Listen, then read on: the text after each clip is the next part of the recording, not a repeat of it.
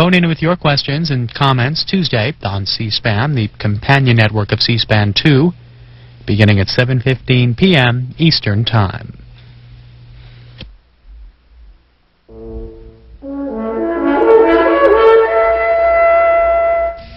Today in Washington, the American Bar Association and the Central and East European Law Initiative began a 4-day conference titled Governing Russia, Developing a Constitution for a Democratic Society. Today's forum examines such topics as the constitutional role of the legislature, separation of powers in Russia, and the legal role of the judiciary. Next on C-SPAN 2, we'll bring you coverage of that forum. The discussion ahead focuses on the constitutional role of the legislature.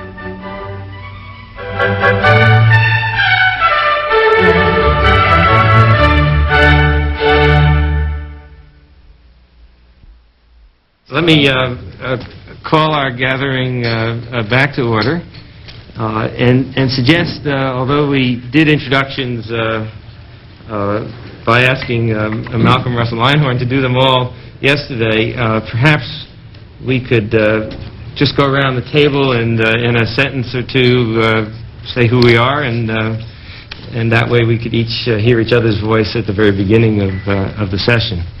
My name is Michael Davidson. I work as Senate Legal Counsel, and I've had just the great privilege of joining in prior Sealy projects, and very happy that you're meeting here at the Senate.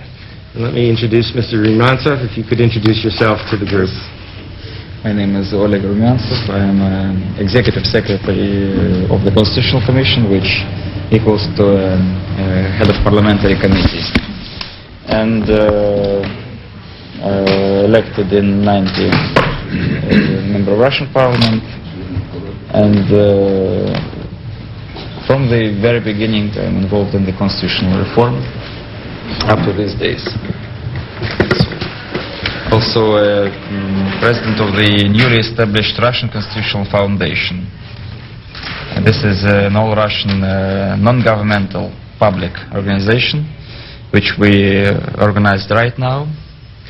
The Russian government gave us the right to use the word all Russian, so it's a Russian Constitutional Foundation.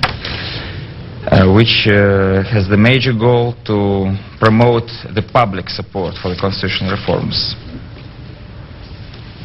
Dean Johnson? I'm George Johnson, and I'm Associate Dean for Academic Affairs at Howard Law School. Before that time, I taught at George Mason.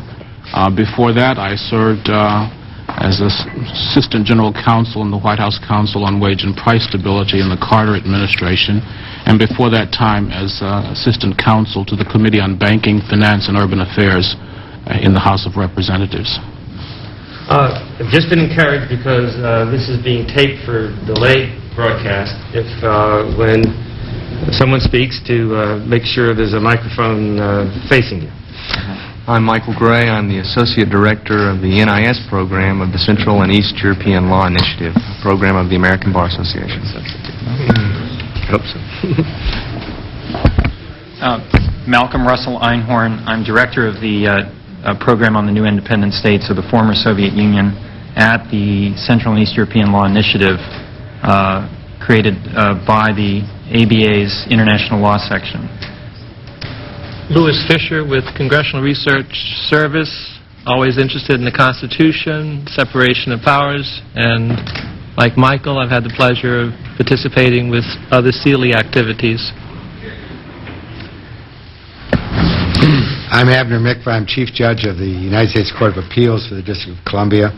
I'm a member of the Executive Board of Sealy and a former member of the House of Representatives of the United States Congress. I'm Lloyd Cutler. I served as counsel to the President and President Carter's administration. I'm now in private practice, and I have been serving as an advisor to the late lamented Czechoslovak Constitution, and now as an advisor on the drafting of the Czech and the Slovak constitutions. I'm Rhett Ludwikowski. I'm professor of law at the Catholic University of America, and I'm director of Comparative and International Law Institute at the Columbus School of Law. I also was on several panels of SEALI and had an opportunity to assess a number of both East European and Soviet, or former Soviet republics' constitutional drafts. Thank you. I'm Congressman Bill Sarpolis from Texas. I served 8 years in the Texas Senate, and I'm in my third term in the U.S. Congress. I had the, as you can see, my name is Lithuanian. I had the privilege of being in Lithuania the day after their elections, and I recall riding on a bus and gave copies of our Constitution that had been translated into Lithuanian to Dr. Landsbergis and the newly elected members at that time.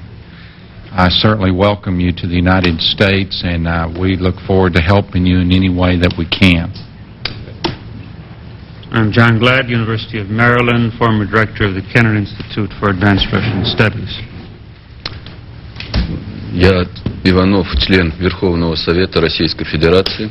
My name is Sergei Иванов. I am a member of the Supreme Soviet of the Russian Federation. Член Палаты Совета Республики. And I'm a member of the chairman of the Chamber of the Republic. Член рабочей группы Конституционной комиссии, возглавляемой Румянцевым. And I'm a member of the Constitutional Committee, which is being headed by Mr. Rumyancev. Работаю в Комитете по вопросам обороны и безопасности. I work in the group on defense and national security. I'm Andrei Gольцblat. I'm staff director of the Constitutional Commission of the Russian Federation, and also, like my friends, I'm founder and a member of the board of the Russian Foundation for Constitutional Reform. I'm Vladimir Lafitsky, an expert of the Constitutional Commission, the leading research fellow of the Institute of Legislation and Comparative Law of the Supreme Soviet of the Russian Federation.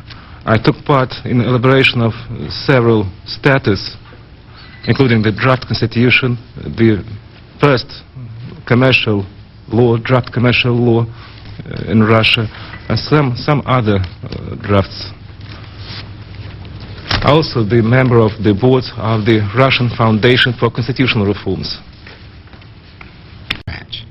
We have no check on the excesses of the legislative branch, and our legislative branch does engage in excesses.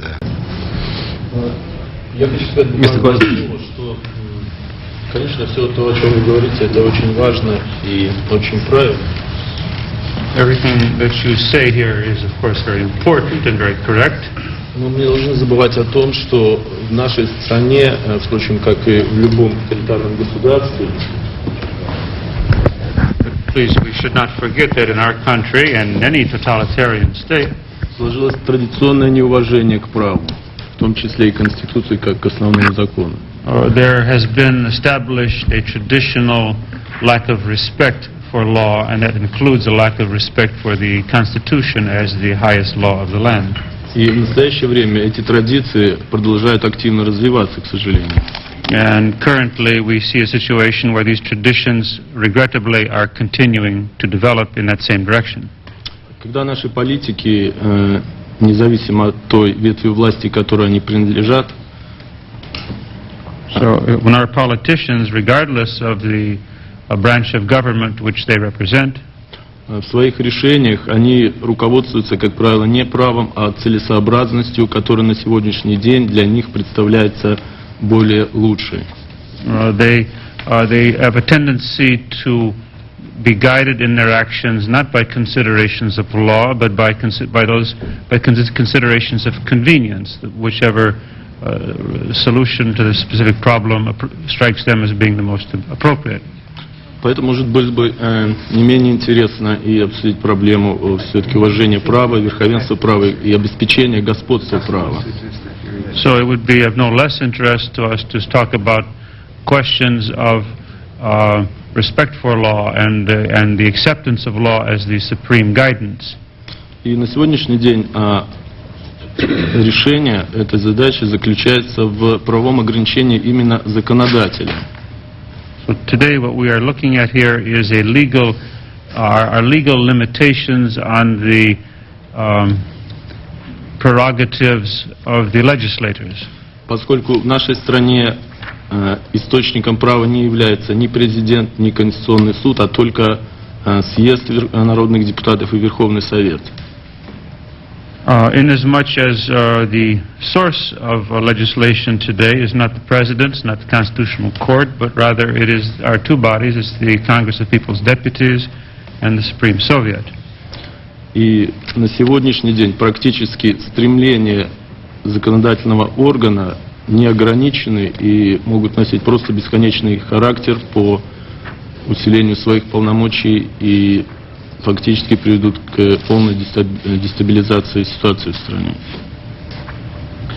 Today we have a situation where the appetite of the legislature is literally boundless, and this could lead to a situation which might totally destabilize the country. Right. Можно более детальный вопрос, касающийся иммунитета депутата?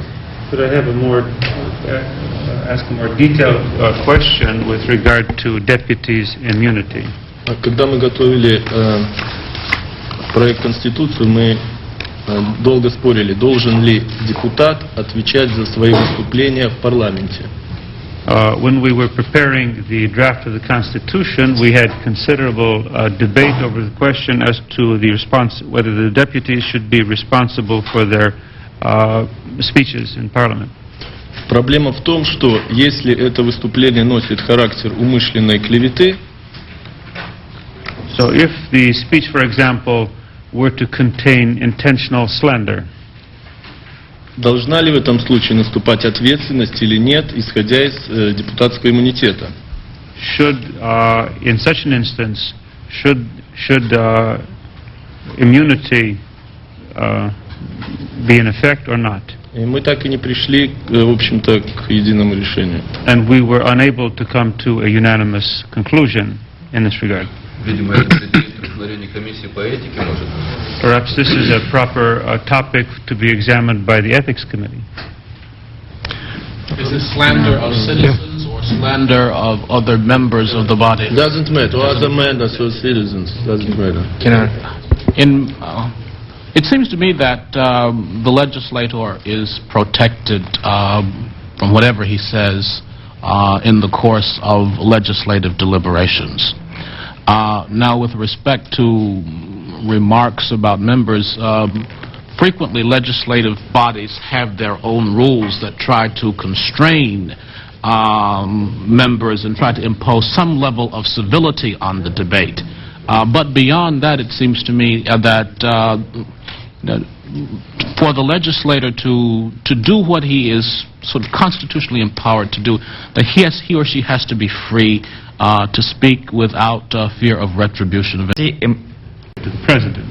Законопроект рассматривается в первоочередном порядке, так сказано. And that is with regard, he is the first to examine, to review legislation. Если его президент определяет как первоочередной. Да, если в сопроводительной указано, что прошу рассмотреть в качестве безотлагательного первоочередного. Сопроводительном письме. So the President has the right to issue an accompanying letter saying that I ask that this particular piece of legislation be examined on a priority basis. Have I got that right?